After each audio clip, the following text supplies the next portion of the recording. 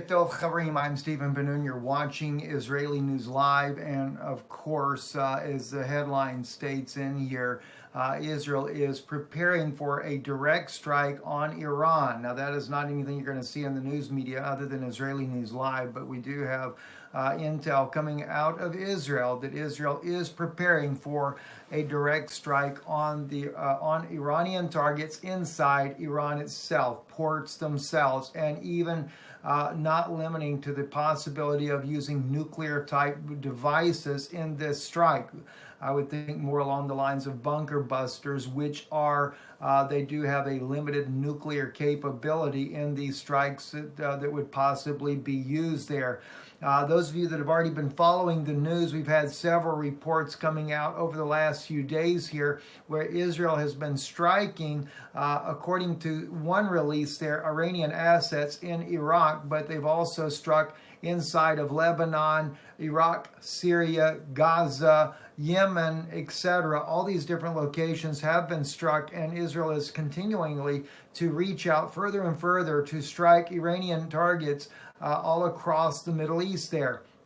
There was a report earlier today, I say earlier today, only within the last hour, where both President Erdogan of Turkey and President Putin of Russia have come out and are talking about how that the situation could escalate, and instead of bringing peace to Syria, this could cause Syria to plummet even into a darker war that has already been going on for the past 8 years. And of course, Erdogan knows Satan himself, and it kind of makes me almost laugh when I look at this, because Putin is certainly 100% behind Israel. Putin has allowed unfeathered attacks by Israel throughout the Syrian region there. And then, of course, you have to realize the United States is also permitting Israel to strike inside of Iraq as well. You know, I can understand when Israel first reached out to Russia to have a buffer zone between Israel and Iranian assets anywhere within a 50-mile kilometer of the Syrian border. That was realistic. That made more sense. That Israel wanted this type of a buffer zone for the protection of the Israeli people, worrying and concerned that Iran could attack Israel. But now it seems to have gone completely overboard, as we see in article after article, about the attacks that are going on. Also, attacks in Lebanon and Syria, Iraq, added to the mounting tensions. This here is on Democracy Now!, mounting tensions in the Middle East. This was, of course, an attack that happened in Lebanon just the other day as well. And of course, now Hezbollah's Secretary General Hassan Nasrallah also warning that if Israel strikes Lebanon, that the Hezbollah military will attack from every direction. Well, he claims that Israel's military would become non-existent. I don't really believe that's going to be the case, but nonetheless, he is threatening that himself in retaliation to any attack on Lebanon.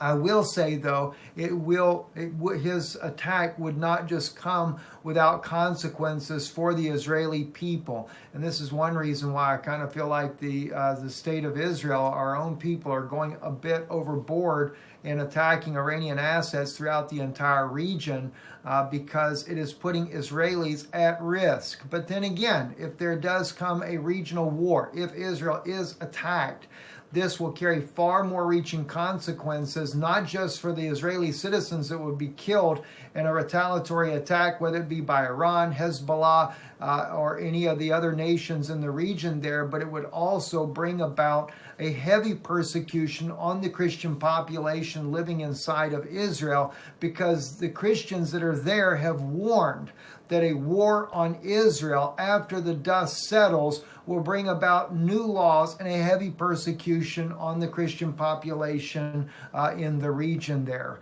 So not a good situation at all, friends. We realize that. We know things are heating up over there.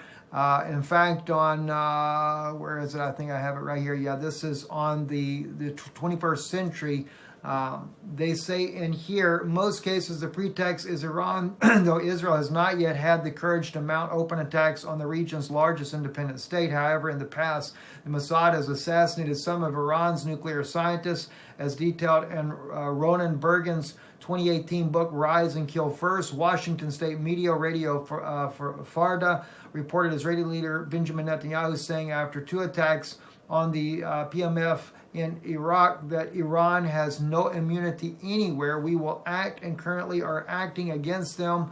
Iran, wherever it is necessary. Most have taken this as an admission, and it is the same rationale used for Israeli attacks on Syria and Lebanon. Again, though, the information that we are getting from Israel is that Israel is preparing to do a strike on Iran directly.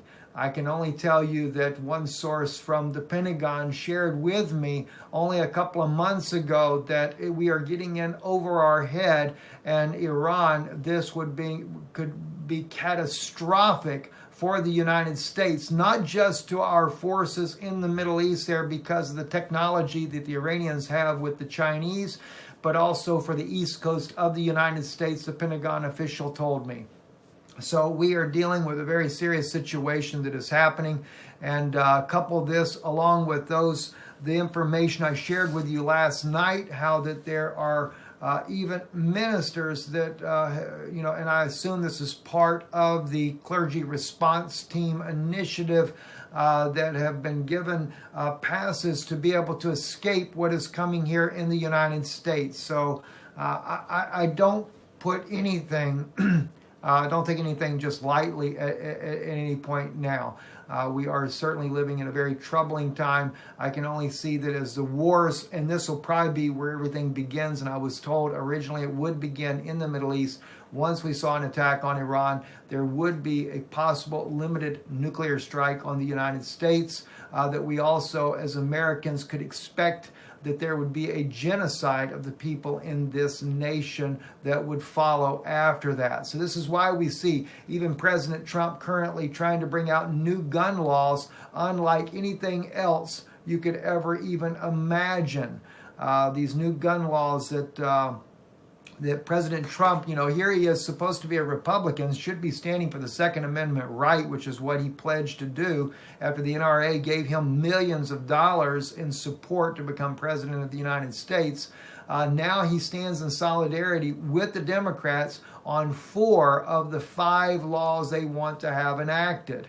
I can only imagine, as we know, he was a Democrat originally, so he only converted to become a Republican, and that was to woo the American voters on his side.